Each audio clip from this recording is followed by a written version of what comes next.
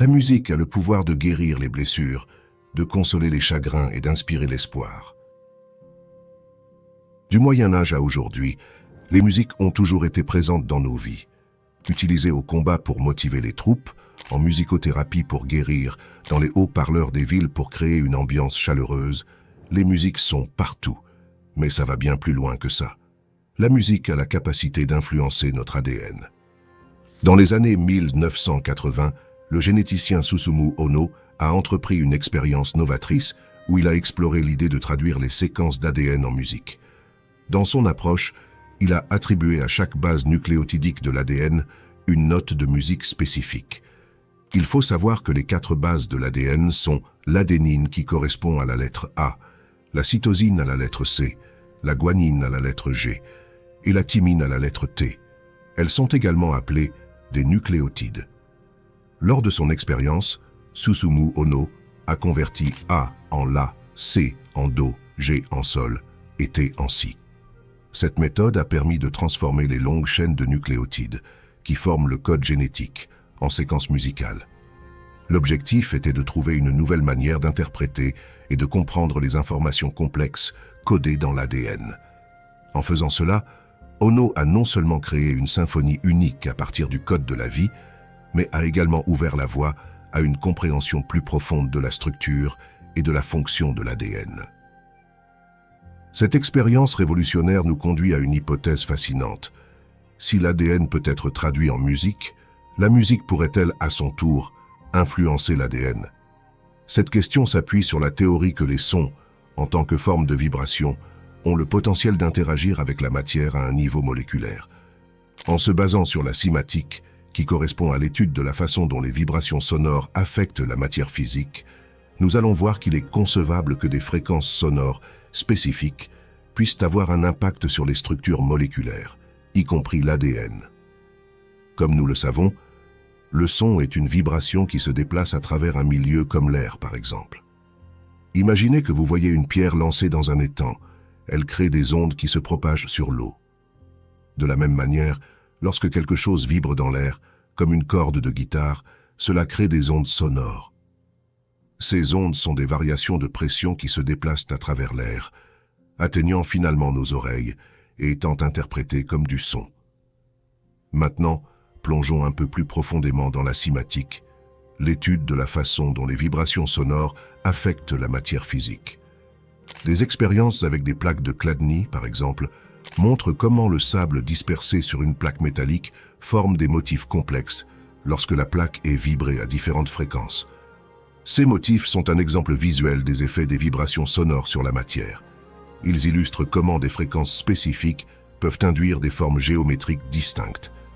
En poussant cette idée plus loin, dans le domaine de la physique quantique et de la biologie, nous commençons à explorer comment ces vibrations pourraient interagir avec les structures les plus petites et les plus fondamentales de la vie, comme notre ADN. Après tout, notre corps est un champ d'énergie composé de milliards de particules vibrantes, allant des sons que nous entendons jusqu'aux fréquences moléculaires de notre ADN. L'ADN, qui est au cœur de chaque cellule, est sensible à divers types de stimuli, et certains scientifiques théorisent que les vibrations, y compris celles du son, pourraient influencer la façon dont l'ADN se comporte ou s'exprime. Ces vibrations pourraient théoriquement interagir avec les molécules de notre corps, y compris l'ADN, sur le plan énergétique. Cela suggère que les vibrations du son pourraient avoir un impact réel et mesurable dans le monde incroyablement petit de nos cellules. Précédemment, avec l'expérience des plaques de Chladni, nous avons vu comment les ondes sonores peuvent se propager dans la matière et créer des motifs complexes. Maintenant, nous allons plonger plus loin, en découvrant comment la géométrie façonnée par les vibrations sonores trouve des échos dans la nature. Prenons par exemple la structure en spirale des coquilles de Nautilus, les motifs hexagonaux dans les ruches d'abeilles, ou les formes radiales des flocons de neige. Dans le règne végétal, nous pouvons voir les motifs de Fibonacci dans l'arrangement des pétales et des graines de tournesol par exemple. Même au niveau macroscopique, les galaxies spirales dans l'espace affichent des formes qui semblent suivre des principes géométriques similaires. Ces exemples suggèrent que les structures naturelles, des plus petites aux plus vastes, pourraient être influencées par des principes vibrationnels, semblables à ceux observés dans les expériences de Chladni. De même, si l'on plonge au niveau moléculaire de notre ADN, on observe que la structure en double hélice de l'ADN est remarquable par sa précision et sa perfection. Les deux brins sont enroulés l'un autour de l'autre à un angle de 36 degrés, et les bases azotées sont espacées à une distance régulière de 0,34 nanomètres. Cette précision est essentielle pour le fonctionnement de l'ADN, car elle permet à l'information génétique d'être stockée et transmise de manière fiable. La structure de l'ADN nous rappelle également les formes géométriques présentes dans la nature, telles que la suite de Fibonacci. Pour rappel, la suite de Fibonacci est une suite de nombres dans laquelle chaque nombre est la somme des deux nombres qui le précèdent. Je l'avais évoqué dans une de mes dernières vidéos. Cette même suite de Fibonacci se retrouve également dans de nombreuses structures naturelles, telles que les coquillages, les fleurs et les spirales galactiques, mais elle est également utilisée dans de nombreux métiers, notamment chez les graphistes pour créer des logos harmonieux. Il faut savoir que l'importance des sons et des vibrations était déjà reconnue dans les civilisations anciennes. Des structures comme Stonehenge ou les pyramides d'Égypte sont pensées par certains chercheurs pour être alignées sur des principes acoustiques spécifiques. Ces constructions pourraient avoir servi à amplifier ou à manipuler des sons pour des raisons rituelles ou thérapeutiques. Des textes anciens et des représentations artistiques montrent également que ces civilisations accordaient une grande importance au chant et au son dans leurs pratiques culturelles et spirituelles, reconnaissant intuitivement le pouvoir du son bien avant la compréhension scientifique moderne. Autrefois, l'homme suivait sa boussole intérieure. Aujourd'hui, il attend que la science lui donne une carte. Des études scientifiques récentes ont tout de même mis en évidence que certaines musiques et fréquences spécifiques peuvent avoir un impact profond sur notre bien-être physique et mental. Par exemple, une étude faite en 2022, publiée dans le Health Psychology Review, a examiné l'efficacité de la musicothérapie pour la réduction du stress. Cette méta-analyse a inclus 47 études et a révélé que la musicothérapie avait un effet moyen à élevé sur les résultats liés au stress, que ce soit physiologique ou psychologique. Cette découverte renforce l'idée que la musique peut être utilisée pour la guérison mentale. Saviez-vous que notre cerveau et notre corps sont étroitement liés grâce à ce que l'on appelle la réaction neuro-immune? Cela signifie que notre cerveau contrôle notre corps, mais que notre corps a aussi une influence sur notre cerveau. Ainsi, lorsque la musique apaise notre esprit, elle a également un effet bénéfique sur notre corps. Inversement, en guérissant physiquement grâce à la musique, notre esprit en ressent aussi les bienfaits. Cette interaction joue un rôle crucial dans notre guérison intérieure, y compris face à certaines maladies.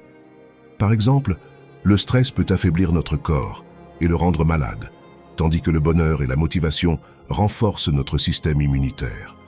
La musique possède donc cette incroyable capacité de modifier notre état émotionnel et par conséquent, l'état de notre corps.